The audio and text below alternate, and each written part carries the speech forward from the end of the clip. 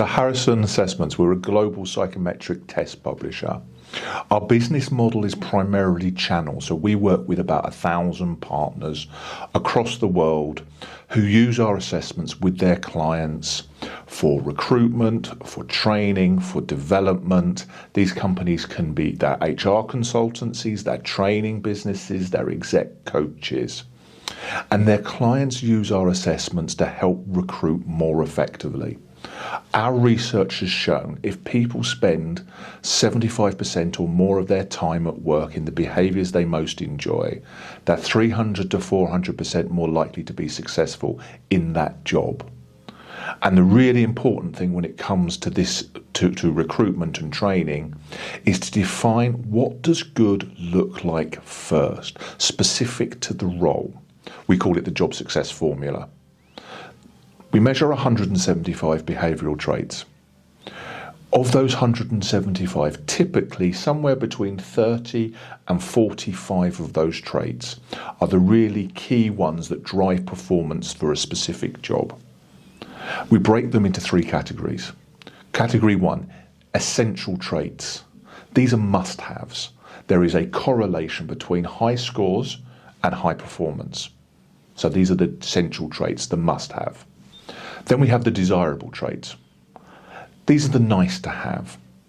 There isn't actually a correlation between high scores and high performance, but there is a correlation between low scores and low performance. So these are desirable traits. And finally, we have the traits to avoid. These are specific behavioural traits that are derailers. They get in the way. So we're actively looking for these people not to have these behavioural traits as their preference.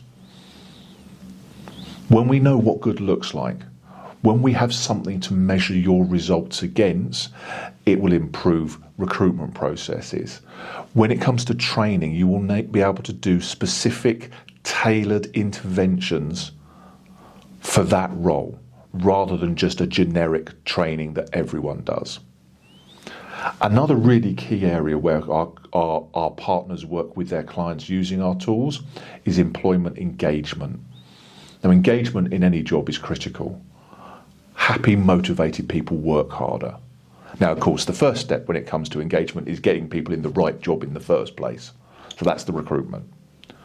But once we've done that, what are the expectations that the individual has from their employer? Again, our research has identified 10 key drivers of engagement. Some are quite common across the world. Wants development, for example. Most people in the world want some sort of development in their job. But some of the other traits aren't as important to everyone.